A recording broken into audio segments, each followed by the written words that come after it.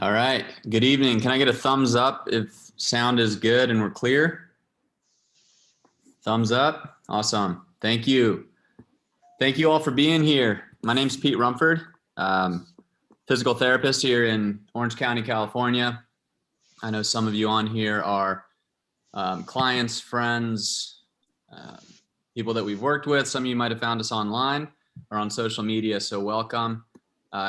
Glad to have you with us and excited to present what we're calling how to build a better runner.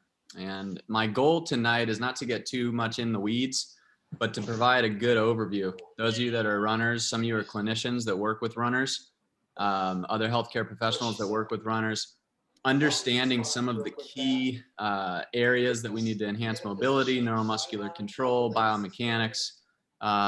A lot of this information can go a long way. So I'll be muting people periodically, but I encourage you to mute yourselves as well. And as we go through the talk, I'll look for some intervals where we can. There we go. Next slide, Jen. I hear someone out there. I think he's okay. All right, so we're gonna put a little bolster on your hip. Are you guys hearing that too? I think we're good. All right, I'll be looking for some intervals where we can naturally pause and answer questions. I encourage you to ask questions as we go. And here we go. How to build a better runner. All right, so the key topics that we're going to be going through tonight, essentially how to avoid injury, how to optimize mechanical capacity or mobility, how to optimize neuromuscular control, which is strength, endurance, and for running, power and elasticity, how to optimize your motor control, which is your posture, your body mechanics, and also the biomechanics of how you run. And we'll talk a little bit about physiological resilience. I highlighted in red what we won't really cover tonight. So just in case you came wanting to know what shoes to wear, what your training schedule should be, you can get back to your previously scheduled activities. That's all information that I care about, but I'm not going to discuss that really tonight. We can get into more detail on that in other environments. So the first thing I'd like to discuss is injuries. And essentially, most runners, up to 80%, will experience some kind of lower extremity injury over the course of the year. Now, the vast majority of these runners do not fall off of a cliff.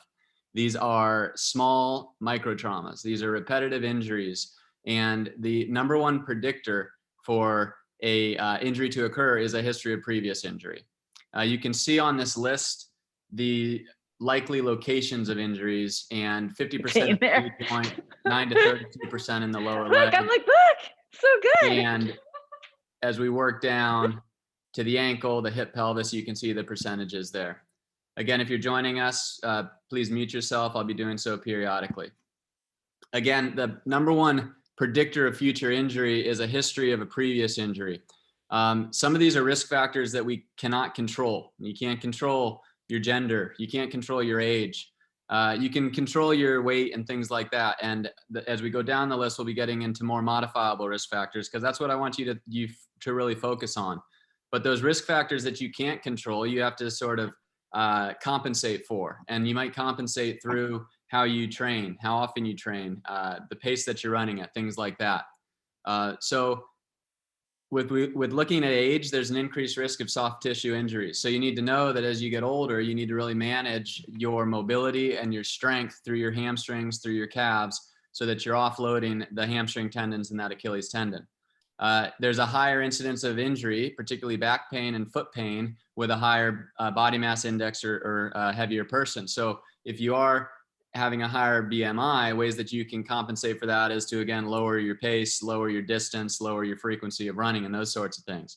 As we go down the list, some of these may appear to be, not modifiable, but actually they are, like excessive pronation. Someone who rolls in too far in the foot and ankle, we can actually modify that through enhancing the mechanics of the foot and the strength of the foot. Foot distribution, how force has transferred through the foot. It should transfer from the middle of the heel to the middle of the forefoot. Many people land on, say, the outside of the heel, and then they toe off on the inside of the big toe. We can change the ability to distribute force through that foot in a more efficient manner. Alignment, you can't do anything necessarily about a leg length difference, but everyone has a slight leg length difference. If it gets to be a certain degree, then it becomes more or less important. But there's ways of managing that should there be a significant leg length there, like putting a lift under one foot if need be.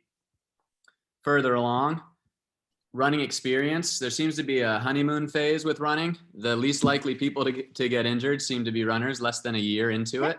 And then the more people run, the more likely they are to get injured. Now that's somewhat commonsensical, but it holds in the literature as well. When we look at running mechanics, which we'll get into a little bit later, there's certain key markers that you can identify that are going to tell you where someone probably hurts. And if you can feel that on yourself, or come in with someone like us, or film yourself on a treadmill and then go back and look at some of these things, you'll be surprised at what you see. And there's some serious tells that you can modify your technique and change those mechanics to a great degree. Training frequency, it comes down to moderation. People tend to get injured if they run too little or too much. If people that run once a week and those weekend warriors, they tend to hurt themselves because they blow off all that steam on a half marathon on the weekend. People that run over 40 miles a week, they tend to be more likely to get injured on the other end of the spectrum. The surface is important. It can be, running on the soft sand of the beach is going to make you more likely to strain a calf potentially. But it can also be like the tilt of the surface. You're always running the same road and you're always running on that. All roads have a little bit of a crown to it, right? So if your right foot's always landing a little lower than your left leg, you might want to mix it up. I had to do this when I was training for a marathon. I'd always run along PCH down in San Clemente, and it was always a little bit of a pitch here. So I had to modify where on that trail I was running because it was hurting my right lower leg to be on such a decline. Footwear, again, we're not going to get into in much detail. But essentially, if you're dealing with foot pain or Achilles pain, I don't mind orthotics. I like orthotics. I ask a lot of clients to wear orthotics in the short term, but I want you to understand by the end of this lecture and just in general, your foot should be strong enough to support itself. The orthotic is there short term in order to build up that foot and core stability so that you wouldn't need it long term. There's been times in my running career like I do it as I'm more a novice, but I enjoy it. But where I've had to use an orthotic short term and then I get out of it and I'm back to where I was. So how do we avoid injury? Well, we follow the rest of this list. We manage our running load. We optimize our mechanical capacity, neuromuscular control, motor control, everything that I'm going to go into right now. So what is mechanical capacity? How do we start to build that better runner? Essentially, how much movement is available to you? And the key areas where we want to see that you have movement available to you are hip extension, which is the ability to get the leg behind the body. And you need at least 15 to 20 degrees for an efficient push-off. Ankle dorsiflexion, which is how much you can bend that ankle. You need about 20-25 degrees for shock absorption and to take pressure off of the knee and the above structures. And then you need at least 30 degrees of toe extension while your foot is in dorsiflexion, and we'll get into what that looks like in order to push off efficiently. Some people I work with have a bunion or a hallux valgus, or they have hallux limitus, rigidus. These are terms meaning the big toe is stiff or it's at an angle that's not optimal. These force you to compensate, and that compensation is going to work its way up the chain. So in an efficient state, that big toe can extend well enough to allow you to propel off of your foot efficiently. So here's an example, and I encourage you, if you can watch this, you can take notes, you can come back to this, you can take yourself through a self-evaluation, you can contact me and we can do a virtual or in-person consult. But I'm going to show you some of the tests and some of the things that I look at right now related to each of these mechanical capacity pieces. The first is hip extension. One way that you can measure hip extension is what you see me doing here, flattening your back. Now my elbow's in the way, but what you would see if my elbow wasn't in the way is that my back is totally flat against the door frame. There's no arch, there's no daylight there. And what I'm doing is I'm making sure that my back is totally stacked neutral, even a little bit exaggerated past my normal low back curve, and seeing how well can I extend that lower leg without arching my back. If you try this on yourselves, or if you watch this on your clients, if you're working with runners, you'll see not only will they potentially be limited in their range of motion, but they'll have a very difficult time extending that trail knee without arching the back. They cannot dissociate movement from the knee and hip without arching their back. And then you'll see when they get on a treadmill or when you watch them run, that they tend to be too upright and they're backward bending. And as that leg goes behind them, they just extend their back, extend their back, extend their back. So by getting optimal hip extension, which is often limited by either, like I said, coordination to a degree or tightness through the quads and the hip flexors in front. If you can optimize hip extension, you can then optimize the ability to really drive from your glutes and propel yourself forward from the hip, which will go a great way to alleviate pain in the lower leg and people that you're dealing with Achilles, or if you have Achilles tendonitis or foot problems. All right, so that's the first thing is hip extension. And these are just a couple quick ideas and hacks that you may do or you may be interested in trying. The first is the pigeon pose. And up top, you'll see me doing the pigeon. Now, once I sink into that pose, I get my trail leg down on the toes so that I can bend and straighten that trail leg. As you straighten that trail leg, you're feeling for the ability to both fire your quadricep, that front thigh muscle, and at the same time, you should feel your glute kick in. In this case, it's on my right side. By extending that trail leg, you'll get a better stretch through the front leg, but you're also training yourself that dissociation and that control of hip extension. Your back position should stay the same. Your butt should not go up and down as you bend and straighten that knee. It's just a drive of knee extension with glute control, knee extension with glute control. All right, lots of different ways to stretch the front of the thigh and into the hip flexors. On the bottom here, you'll see me doing a half kneeling stretch with my foot up on a step. The foot's on the step to keep the low back from arching. If the foot's on the ground, a lot of people will do a stretch like this in a lunge position. As soon as they start shifting forward, they get into a position where that back is arching. I want that back to stay neutral and stacked. And by driving that, or by putting that front foot up on a surface, even higher, like I usually this is about 6 or 8 inches. I'll go on to a foot or even higher of a surface just to lock in that low back position so I get a better stretch through the front of that hip.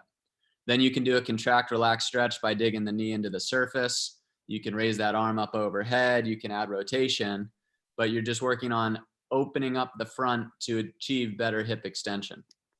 We'll come back to the neuromuscular control piece on this in a minute. So hip extension is the first mechanical capacity piece we're looking at. Ankle dorsiflexion is the second. Okay, we need about 20 to 25 degrees of ankle bending.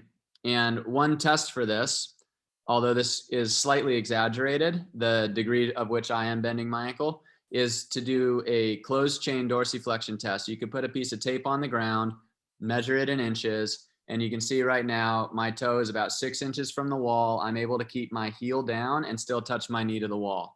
I've got plenty of dorsiflexion to be able to run. Doesn't mean I'm absolutely using it well all the time and controlling it as well as I can, but I have the mechanical capacity needed to have an efficient stride. So you can check this on yourself. I work with some runners who can go like an inch. And those runners tend to do things like hyperextend their knees, or they're wearing their knees down because they can't bend at the ankle.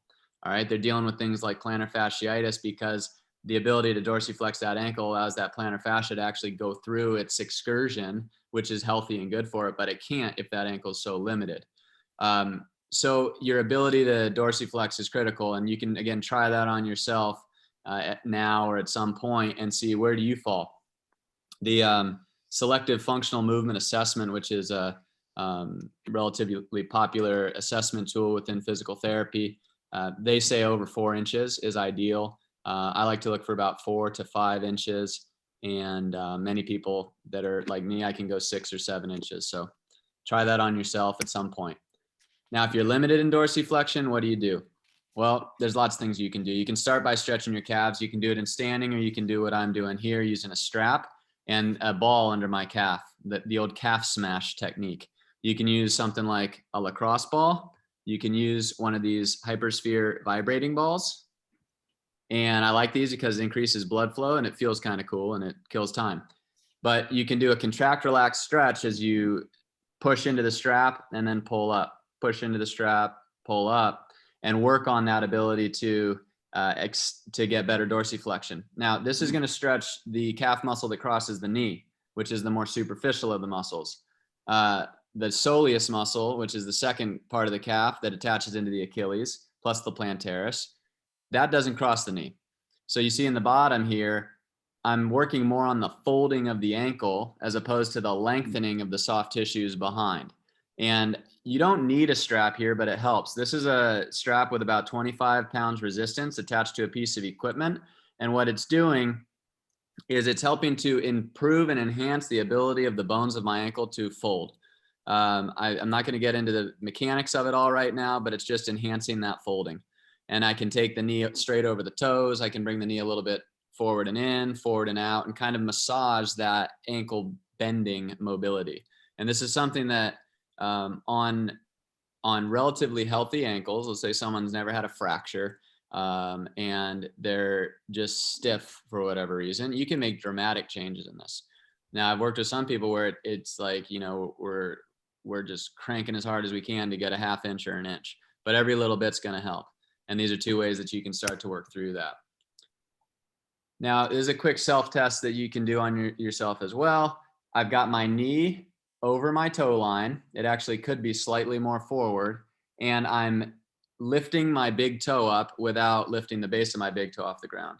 You see that angle is about 45 degrees. I have sufficient first ray extension or big toe extension, again, to have an optimal push off, meaning I have range of motion available to me. That means I don't need to compensate and swivel off the inside of my foot or push off of my outside toes. I may not always push off of my big toe correctly. That's more neuromuscular and motor control, but I have the mobility available to me. If you don't, this can become a stretch that you work on. You can combine it with something like this, again, putting a bouncy ball or a lacrosse ball underneath the foot. More towards the inside of the foot is going to be the major muscles limiting that big toe mobility, and work on lifting and stretching that toe while you've got some pressure underneath to mobilize the muscle. I love things like yoga toes. I recommend those a lot to get independent toe mobility and flexibility between all of the toes, particularly if you're someone that has a bunion or hallux valgus or that sort of thing. But you've got to be able to get that big toe extending. And again, sort of this test becomes the stretch, combine it with some soft tissue mobilization with the ball, and you can do well. Now, a word on soft tissue mobilization. It doesn't do much to just put that ball under the foot and roll back and forth and roll back and forth and roll back and forth. What you want to do, whether you're doing the calf smash that I'm doing on this slide or putting the ball underneath the foot, is find some of those tender points, pause on those tender points, and as you're sustaining pressure there, in this case, lift and lower the toes, lift and lower the toes, maybe small little like in and out motions of the foot, but don't give up the location where it's sore. Stay there for about 30 to 60 seconds at least, and ideally that pain will diminish by about 50%. That's a good sign that you're getting blood flow, you're changing the fluid mechanics, and the whole goal would be that you're enhancing the ability of the layers of the foot to slide. You've got at least 4 layers of muscle. You got your plantar fascia and 4 layers of muscle in the foot. And what you're doing by pushing the ball in there is you're compressing layers, and then by lifting and lowering the toes, you're trying to get better mobility between those layers. So don't just roll on and off. Stay on the sore spot while you move, and then move on to another sore spot. I'll have people find 3 or 4. Usually that's pretty easy in a runner.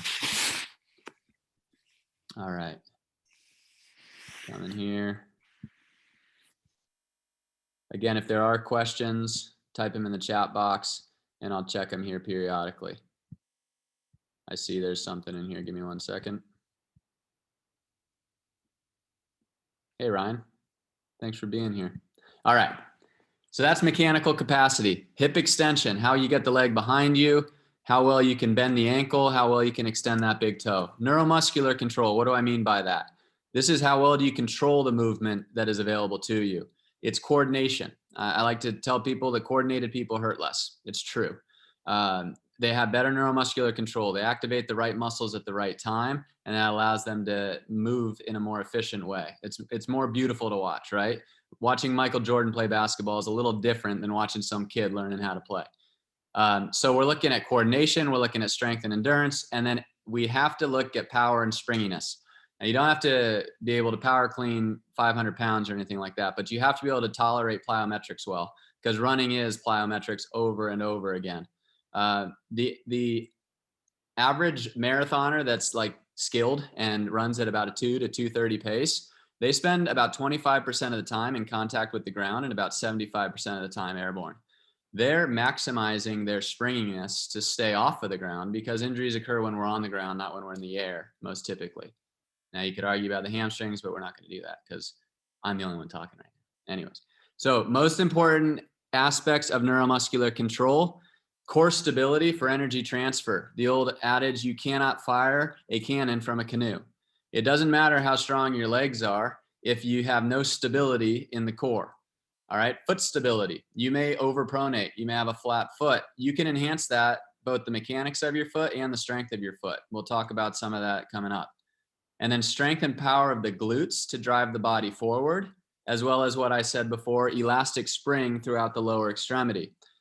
You have to be springy. You cannot land and absorb force. You have to transfer that force as quick as you can to be an effective runner. So there's lots of ways to assess core stability and core strength. We do a lot in the clinic here, even with hands-on tests. But I like this as a general test. It's called the Bunky test. And what it is a single leg plank series where you're testing the outside line, the inside line, the front line, and the back line. You can see these positions. You can try them on yourself. I'm looking for 40 to 45 seconds, the ability to hold each of these positions for 40 to 45 seconds. If someone cannot do this, then they can start with a 2-leg version where it's just, like a normal side plank, a normal front plank. And the one where I'm on my back on the lower right, that can be a little awkward on the shoulders. You can modify that with a single leg bridge. But again, I encourage you to try this on yourself at some point and see, where do you fall on this list? How well can you hold? Planks, yes, they're static. Some people argue that, why do a plank? It's a dumb exercise. Well, I think it tells you about the resilience of particular lines of fascia within the body, and it gives us a really good idea on the symmetries and asymmetries. I saw a hand was raised. If you could if you have a question, type it in the chat box. Otherwise, I'll come back to specific questions at the end, and I'll check that chat box here again in a minute.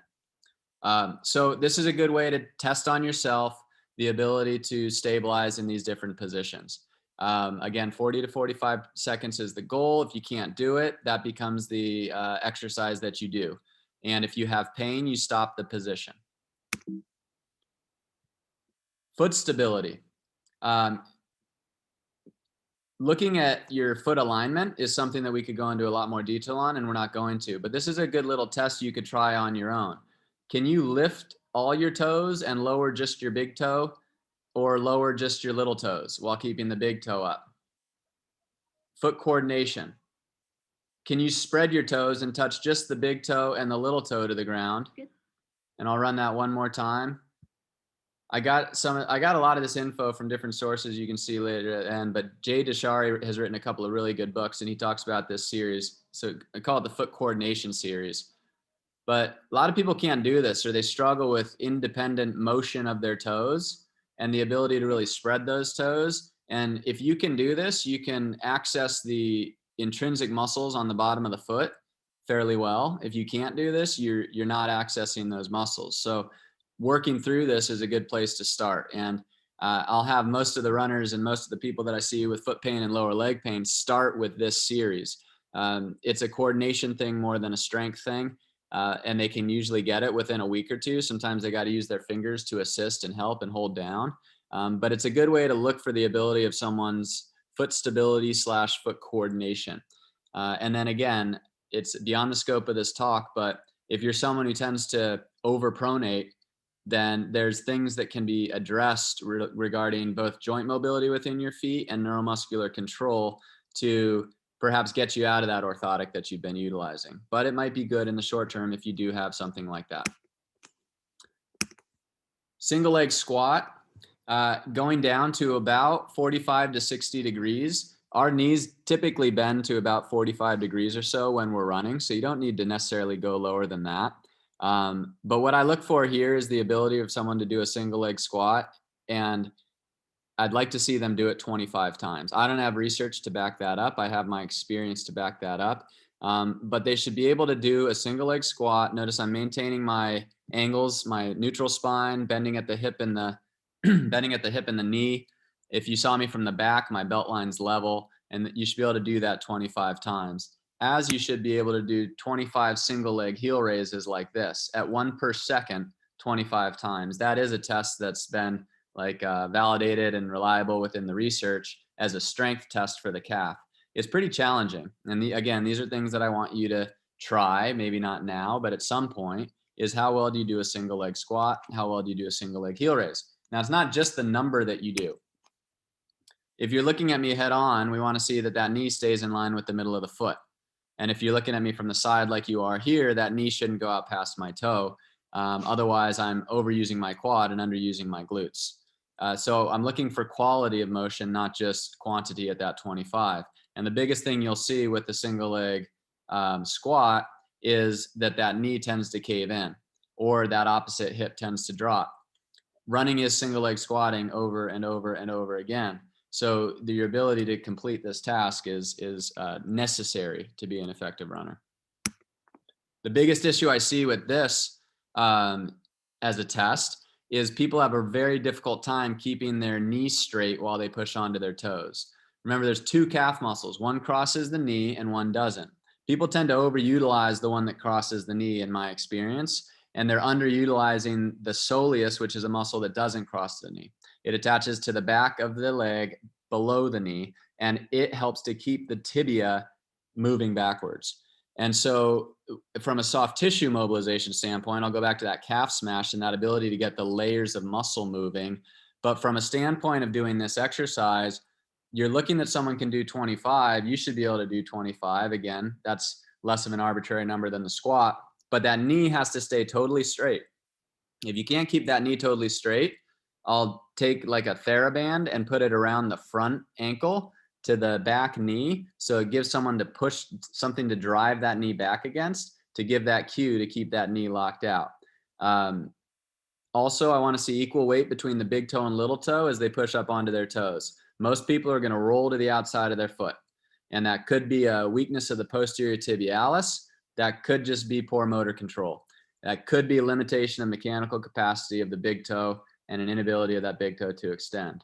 But again, you can try this on yourself and note how easy or difficult it is for you. The last thing I'll say on this is the knee that's lifted should be lifted high enough that you feel the glute kick in on the side that you're going to be pressing onto the toes. So on the side that you're lifting onto the toes, your glutes firing to keep the hip extended, the quads firing to keep the knee straight, and then you're firing your calf without letting that knee bend. When I work with runners with knee pain and Achilles pain, they have a really hard time keeping that knee straight. So that quad to soleus, that upper and lower leg control of knee extension is not functioning as well as it should. Again, eventually we need to go to springiness, and it can start with really simple things like this: double leg hops, single leg hops, and it can progress to all sorts of fun things. We can go into squat jumps, we can go into lateral bounds, but the ability to be springy and to have power, again, is a very necessary part to being an effective runner. I'll get into this when we go through some of the running mechanics and what I've seen and what I've noticed. Okay, so that's mechanical capacity and neuromuscular control. Now, when we talk about motor control, we're essentially saying how well do we put it all together? Like, you could do all the right things in the gym, but when you get out and you're running, you're still having pain. What gives? Is it your posture? Is it how you're transferring your weight? Does it come down to some common biomechanical errors that you see and that I'll point out here? So those are important pieces. And when I work with someone in my practice, I'll start from scratch, and I may start with having them like get up out of a chair and feel how they transfer their weight into their leg, and then get onto a step. And we can look at some of that at the end here. But it really comes down to just how well you're able to weight shift and load to create that ability to explode off of that lead leg. You'll see here the optimal alignment is a bunch of blocks stacked on top of each other. On the right, I'm pushing into my buddy Nick's shoulders. Now, he's in an alignment. He is in an alignment that as I apply pressure to his shoulders, his core fires and he's able to get load transfer into his back leg. I'm going to go back here and go against the wall. You'll be able to see me in the corner. But if I'm pushing against a wall and I have one foot behind the other, if I'm overextended and arching my back, it's hard for me to push into the wall, okay? My core is not firing as well as it will if my rib cage is vertical on top of my pelvis. As I push into the wall, I feel my core fire and I feel the transfer of force go into my back foot. Likewise, if I am too flexed forward and I'm rounded and I try to push into the wall, I don't feel my core fire as well and I don't get as optimal weight transfer through the foot. So what is the alignment of your trunk as you run? Well, it should be that position that if you're pushing into a wall, you feel the greatest connection between your hands pushing and your rear leg. And that's going to be a slight forward angulation, but it's also going to be a vertical rib cage over a vertical pelvis. Many runners run too vertical and their rib cage is leaning back, and that's not allowing their core to transfer weight effectively. So even if they did all those core exercises and they nailed the bunkie test, but they've aligned themselves in a way that they're not transferring that force through their system, then it doesn't matter. You need to align yourself in a way that you have access to your strength. And that's what optimal motor control does. So posture and alignment is critical. This is a cheat sheet for finding an optimal alignment. So I encourage you, everybody stand up. And I can see some of you. So we'll cue people on posture. And I want you to just feel a few things on yourself. If you're standing with your feet, with your weight, with your weight equal between your 2 feet, notice where the weight is in your feet. Most people stand with the weight back in the heels. All right. Most people stand with their rib cage kind of leaning back and their pelvis relatively in front of them. That rib cage could be like elevated or it might be sort of slouched down. All right, but the goal is to get, again, a vertical position of the upper body over the lower body with the weight in the middle of the feet. So do this with me as you're standing. Have your feet hip width apart, toes facing forward, not too far out. A lot of people have their feet wider than hip width apart and the toes turned out. Shift your weight forward and back until you feel equal weight between the front of the heel and the base of the big toe and the little toe. All right, you should already feel like your body's a bit more engaged. Like if someone said, hey, go run for something, you could now, whereas before you were kind of grounded back. Now pedal your knees so that your knees are not hyperextended. If your knees are hyperextended, your pelvis is going to be tipping forward. So knees need to be soft. All right, make sure that your rib cage is on top of your abdomen and that you feel like you're weight bearing over your abdomen and over the front of your legs into the middle and front of your feet. Essentially, you should stand and you should posture yourself as if you were going to run in place. And you should be able to just take off and run in place right now. Whereas before, if you're standing where your weight's back in the heels, you're not in an athletic position. You're not in a position that anticipates your ability to move. So now if you align yourself in this way, and again, if you're against a wall, you could like push into the wall and feel that connection between the foot and the arms and the core. If you're aligned in this way and you start leaning forward a little bit and control that fall, then you're in a good position as far as your running gait and your posture for running. So this slide here is related more just to static standing posture, but I want you to see a little bit of how that relates to your running. Now, weight shift, weight acceptance. I'm going to stop share, and I think I'm just going to show this. It'll make more sense as I go through here. So, all right.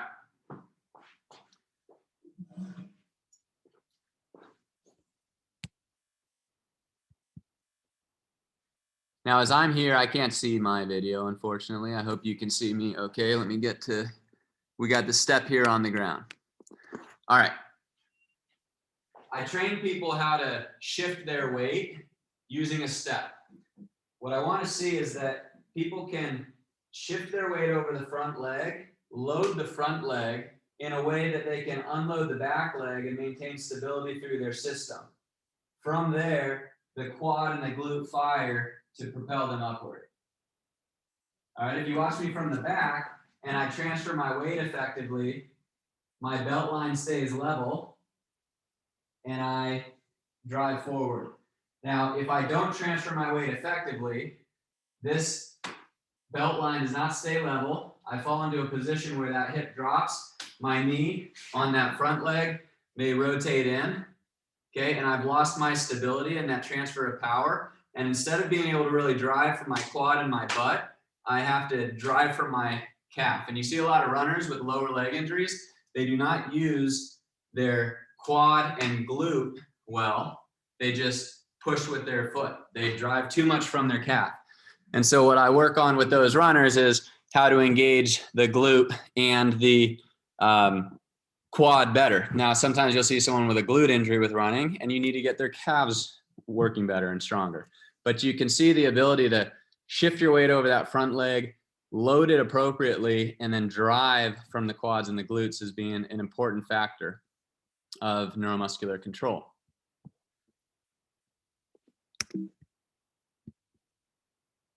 All right, I'm going to look in this chat box, see if there's anything that I missed. Someone asked, is ankle mobility 6 inches in front of medial malleolus or in front of toes? It's straight over the toes. I try to keep that knee in line with the middle of the foot when I'm doing the ankle dorsiflexion test. And thank you, Ryan, for answering that question. Andrew, you raised your hand and it was a mistake. Thank you for acknowledging that. It's no problem. Where do you like the arms when doing a single leg bridge? I'll have the arms at the side for stability. And if they don't need them, they can be up in front towards the ceiling when they're lying on their back. Just if they need more balance and support, they can have the arms down. I know that's not the most standardized answer, but I just make note of it. Okay, very good. So hopefully everyone's tracking. It's a lot of information, but again, kind of an overview.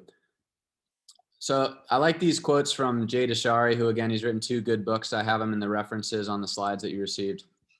Running is not a small amount of stress applied to your body for a long period of time. It is a large amount of stress applied to your body for a long period of time. And we need to get really well at moving when we run, because adding more volume of less than perfect movement means you get really good at moving poorly.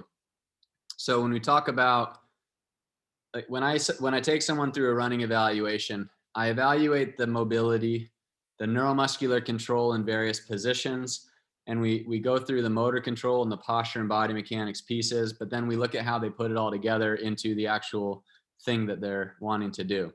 And if you're a runner and you've ever worked with a physio or a chiropractor or something like that, it helps if that person's a runner. You don't want to go to someone and say, I have pain when I run, and then that person's like, well, don't run. Now, if they're a runner, they understand you can't not run. You have to run. So we've got to help you continue to run. And that's either going to be modifying everything that we've talked about so far, or it's looking at how you run and giving you specific cues and feedback onto where you fall short and where you can be enhanced. So there's a good article in the Journal of Orthopedic Sport and Physical Therapy where I got the following pictures from. So if Mr. Pipkin is watching this, thank you very much. I apologize. I did not ask permission, but I'm giving you credit. We're going to go through some of the key things that we look at, and this is the closest to getting into the weeds as we're going to get. But I want to keep it basic and just point out a lot of the relevances. And this is where a quantitative analysis versus a qualitative analysis, you don't have to draw all these lines. You don't have to get these angles perfect. You can see a lot and modify that. You can video yourself and watch. You can video yourself and set up a time for a virtual consult with us. You can come in here and we can watch you run. But I want you to see all of the different things that we can look at with regards to running. And then I'm going to give you a cheat sheet at the end of think about this when you're running. And this will take care of some of the key pieces. So essentially when you run, if you're watching someone from the back, the trunk should be vertical. If you see someone doing a lot of side tilt, all right, they're compensating most likely for weakness in their hips. All right. And they may have back pain, but it's usually related to weakness and inhibition of the hips. Now, the other thing I didn't do I didn't put pictures of bad, but I have a lot of, no, I shouldn't say this because some of the people are watching. I have some clients that might be good examples, but I haven't had people sign papers saying they would let me use their videos. So I didn't put that in here, but maybe next time I'll show sort of a better by a worse. Now, arm movement. This is, if you look at the verticality of this guy's trunk, or gal, it's great. The arms I don't like. Those arms are winging out a lot. When you see arms winging out either into straight abduction or what looks to be more of a crossover, one, that's hard on the shoulders. And two, that is typically a compensation, though not always, but it's typically a compensation for poor balance or weakness of the hips. Think if you're on a balance beam and you're trying to keep your balance, what are you going to do? You're going to use your arms. You're going to get some balance leverage in that way. So when I see someone with their arms out wide, I'm thinking, again, there may be some weakness in the hips. There may be poor balance, but there may also be a dysfunction with regards to rotation of the trunk, a limitation of rotation of the trunk or core stability and rotation, and they're overcompensating with their arms. I finished one half marathon and I couldn't lift my arm for like 3 hours. It was cold. It was like the New York half and it was 30 something degrees, but I was so like up in my shoulders and my arms for so long that I gave myself like a short term, significant pain in the shoulder because of my arm swing over 13 miles. Pelvic stability. This is the level pant line. This is a huge indicator of how well someone elastically proceeds as they run. If you see someone running and their belt lines staying level, their pant lines staying level, then they are springy and they're moving well. I was running through Central Park once when I lived in New York and there was a race going on and I wasn't part of the race. I was just running outside of it. I was passing everyone. Now they were probably on like mile 12 and I was on mile 2, but I was passing a lot of these people. And as I was passing a lot of these people, I was seeing their hips just kind of sloshing side to side, like terrible shock absorption and energy transfer. Then these two ladies come by and they're running at a pace like a minute or 2 minutes per mile faster than me. And as I watch their belt line, there's just no movement there. I mean, there's very slight movement, but they're just springy. They're hitting, their foot's just hitting the ground and propelling themselves forward. They're not hitting the ground and just absorbing energy and sloshing. All right. So you see ranges here. There's going to be a small degree of movement at that pant line at the hips. But what you don't want to see is when someone's on their right leg that left hip drops down 15 degrees. That means they're not accessing the strength of their hip to stabilize themselves. And it could be a failure of how they shifted their weight and loaded their foot. It could be weakness in the hip. It could be poor elasticity through that lower extremity, but it's oftentimes related to pain. The knee should be in midline between the hip and the foot. You see the line drawn down here. Some people say mind the gap or watch the knee window. If you're watching someone run from behind and at any point in their stance, you can't see between their legs, their knees are collapsing in to what's called a dynamic valgus. And that is it's not a good position for the knee to be in for the sake of the hip, the knee, or the foot. A lot of times it'll lead to patellar tendon issues, IT band issues. It can lead to outside hip pain and that sort of thing. So you want to be able to see space between the knees at all point through the running cycle. Going along with that, the inside of the heel should not pass midline of the pelvis. Many people run with too narrow of a stance. Not as many people run with too wide of a stance. So if you see that foot landing too far, like the whole foot is underneath the tailbone, that shouldn't be. It should just be the inside of the foot. The rear foot position, this is an indicator of that foot stability. And again, some people overpronate through the rear foot. And what you'll see is a increased angle where they're weight bearing on the inside of the foot. That goes along with the next one, which you'll often see as too much of the outside of the foot. I'll allow for about 5 degrees or so of outward turn of the foot, but really I want that foot going straight forward. And again, the weight should progress from middle of heel to middle of forefoot. If someone has very poor stability and alignment of that rear foot, and this angle was significantly increased, we have to be looking at foot stability. We might be looking at a short-term orthotic. And we're also talking about ways to limit the amount of time they're on the ground, such as what we'll get into later as increasing cadence, decreasing stride length, that sort of thing.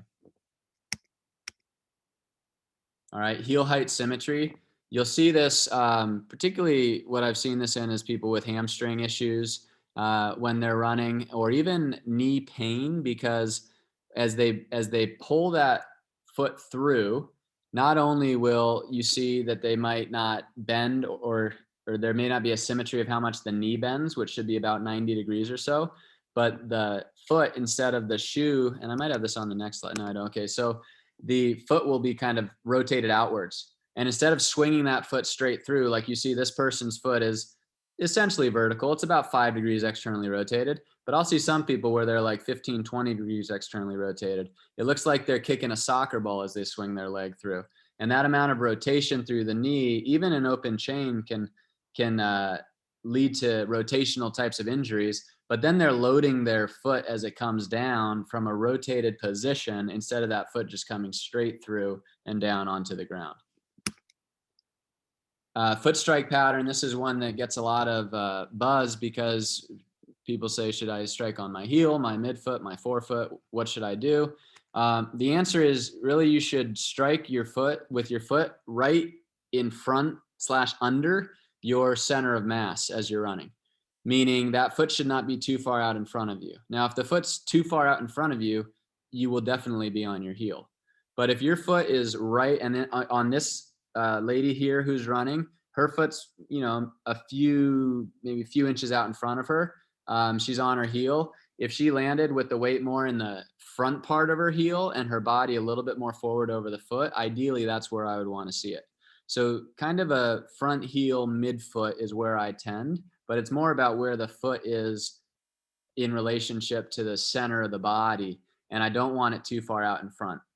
The force that we put into the ground is matched by a force of the ground working back against us. So if that foot's too far out in front of us, there is literally a backwards force that we're having to overcome as we try to stride. And that can then lead to, again, too much time on the ground, too much knee control that you have to control, as well as foot and ankle and Achilles issues. This is again related to overstriding. Imagine if that foot was another 6 inches forward, the angle that you see would be increased. We want that angle to be between 0 and 5 degrees so that the lower leg at impact is almost vertical. And then knee flexion angle at initial contact.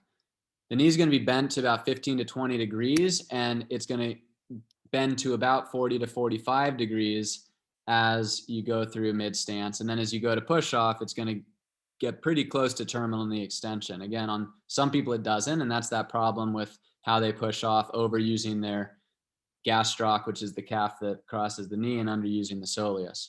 But we're looking for about 20 to 45 degrees of knee motion throughout the running cycle, and about 20 to 25 degrees of ankle bend during the gait cycle. And again, that goes back to some of these things we looked at earlier with regards to mechanical capacity and some of the importances thereof.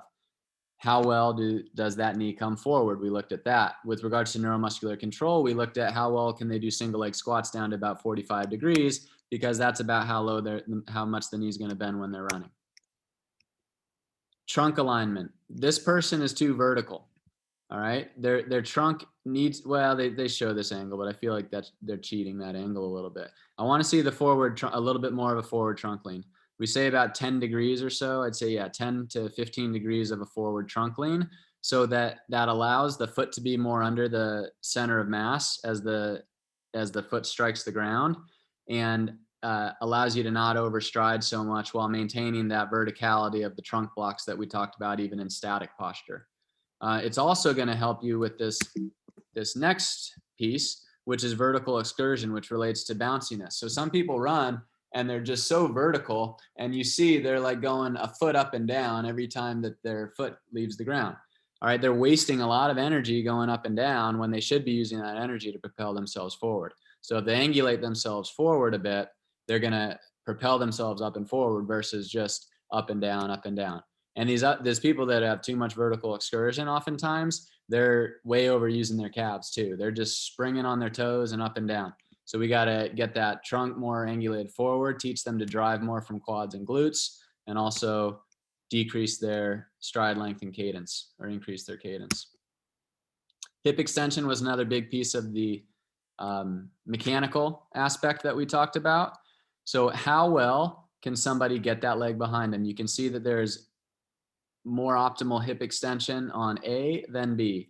And what does that more optimal hip extension get you? It gets you better access to your glutes. It gets you less stress on the lumbar spine.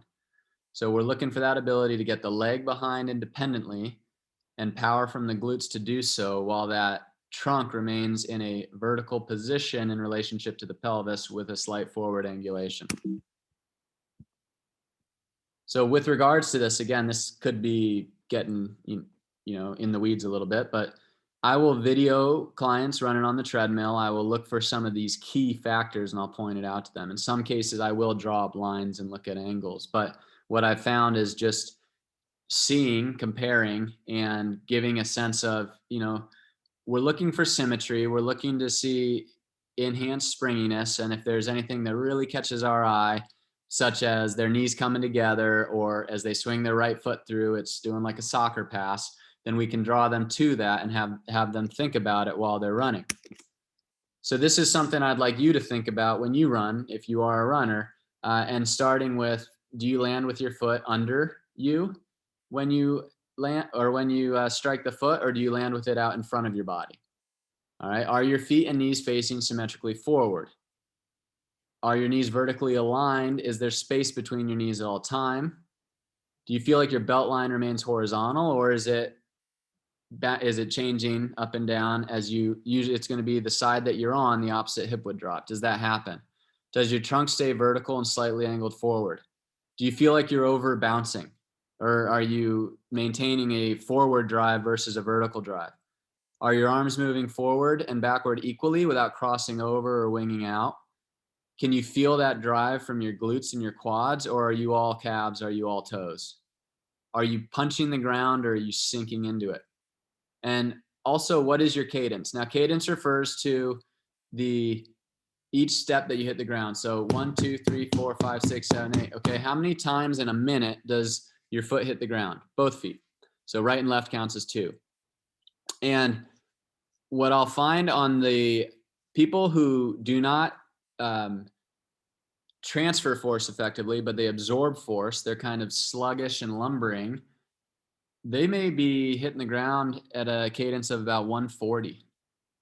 All right. Versus a runner that's foot's hitting the ground at about 180. And most elite runners are going between 180 and 200. So I use a metronome app, and I'm going to pull this up just for the sake of hearing the difference. If someone's running with their feet hitting the ground at 140, it's about this fast. All right. And they're hitting the ground. Okay. Now we're talking people that spend less time on the ground, more time in the air, more experienced runners. They're hitting the ground at that kind of a pace. So what happens if you're hitting the ground at that kind of a pace? You will have to decrease your stride length. Okay, most definitely. You will punch the ground a little bit more. So a lot of these variables that we're attributing to runners that tend to be more injured or spending more time on the ground, not transferring force as well, if you can increase your cadence, this is a quick little hack that will address a lot of the issues that we're talking about, at least in the front and back plane. It may not make it so that your knees, it's not going to solve necessarily that the knees are rolling in or that your foot's rotating out when you run, that kind of thing, or it might not change your arm swing, but it's going to help you get that sense of being more springy and progressing yourself at a better clip while you're running.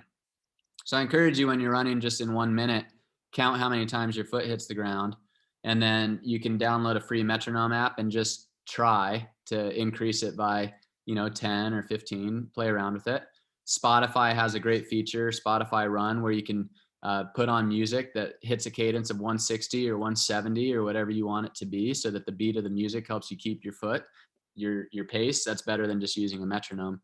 But I remember the first time I played around with this, and I was running at like a 155 to 160, and I increased it to 170, 175. After about a half mile, my core was like so tired and engaged because I was having to transfer that force at such a greater clip as opposed to just lumbering. So you may feel, as you increase your cadence, like you're working harder temporarily, but your body's having to adapt to stabilize more with your core so that you can drive better from your legs.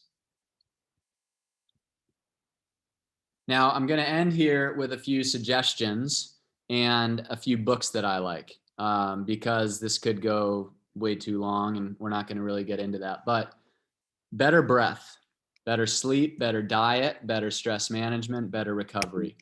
Two great books related to breath. One is called Breath. One is called The Oxygen Advantage.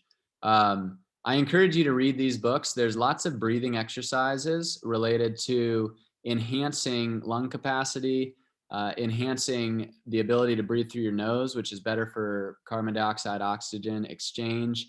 And there's a lot of practical exercises that you'll get out of these books. The better that we breathe, the better we utilize oxygen. And although training yourself to do something like breathe through your nose when you run can be more challenging initially, it will pay dividends physiologically down the road. You'll find yourself, after you've done this for a period of a couple of weeks or a couple months, being able to run further without getting as tired, things like that.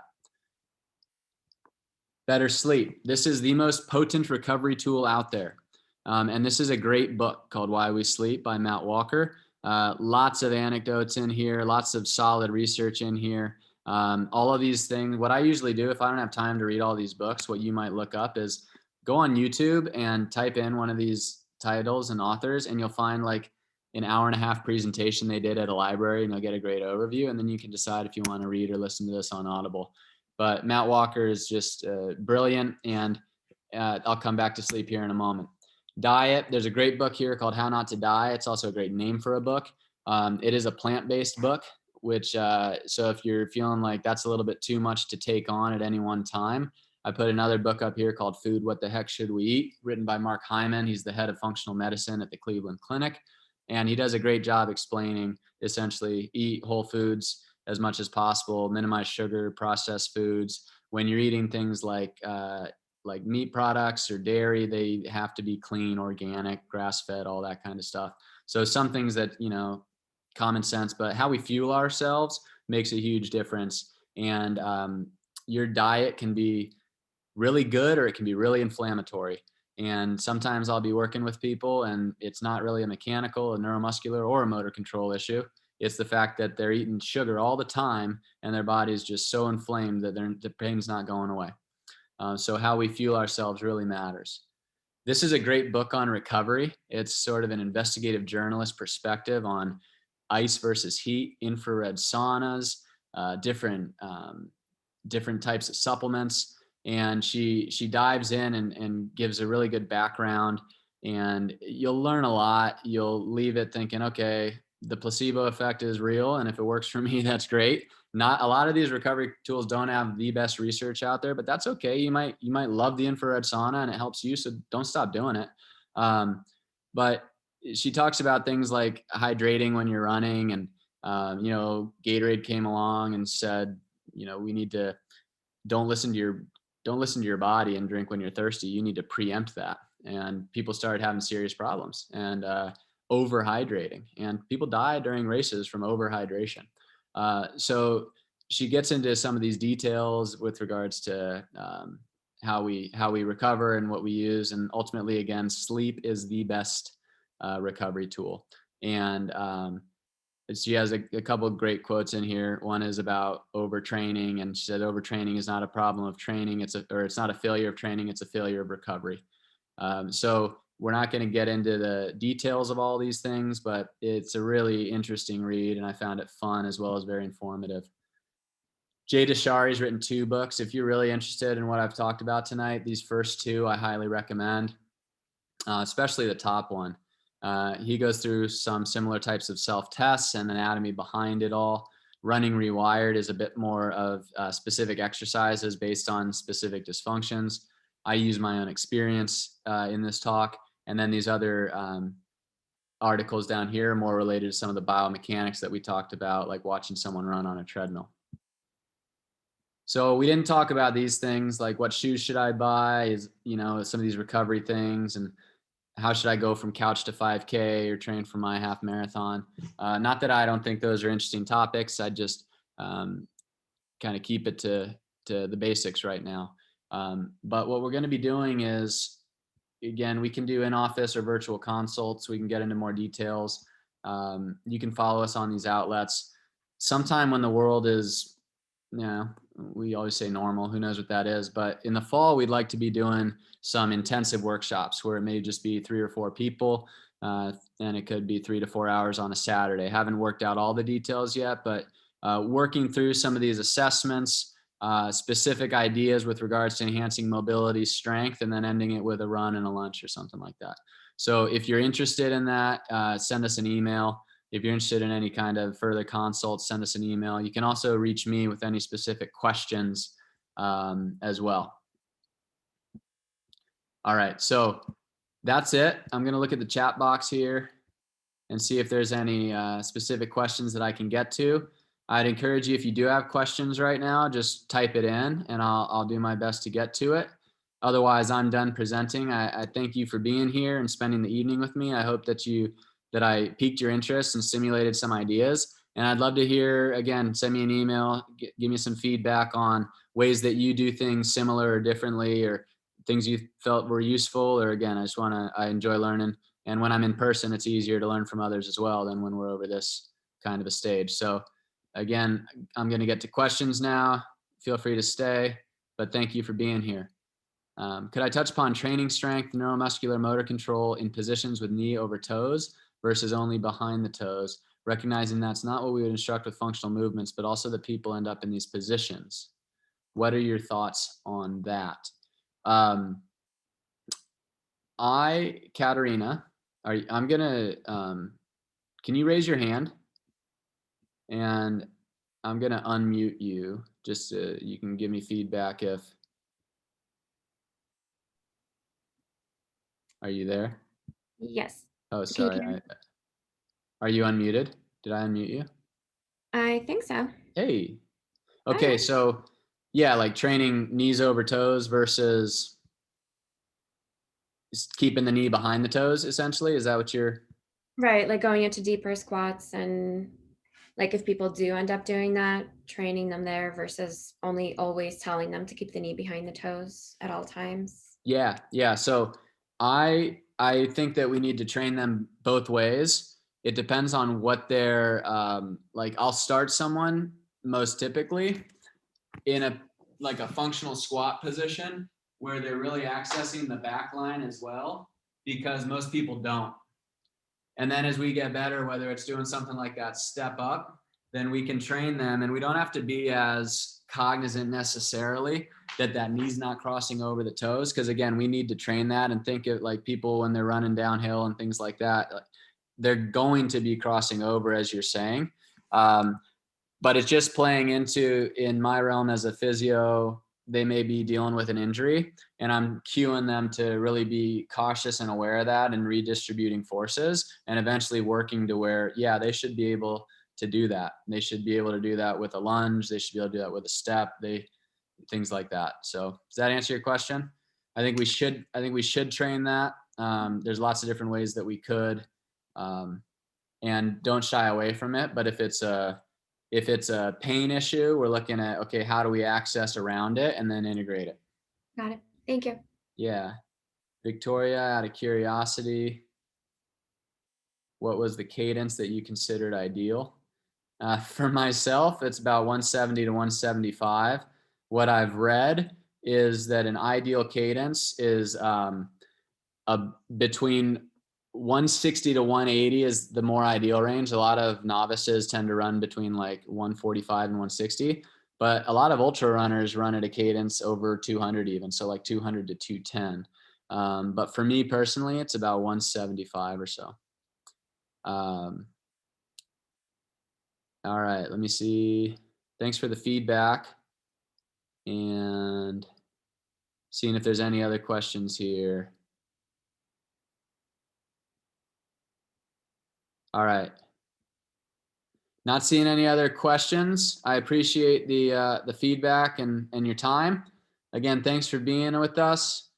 And we are going to have another class coming up in March 3rd. Hannah Pink is going to be leading us in a Pilates mat class. So if you can join us, we'd love to have you. We'll send out some info on that. And again, don't hesitate to reach out to us with other questions and just to stay connected. You guys have a great evening.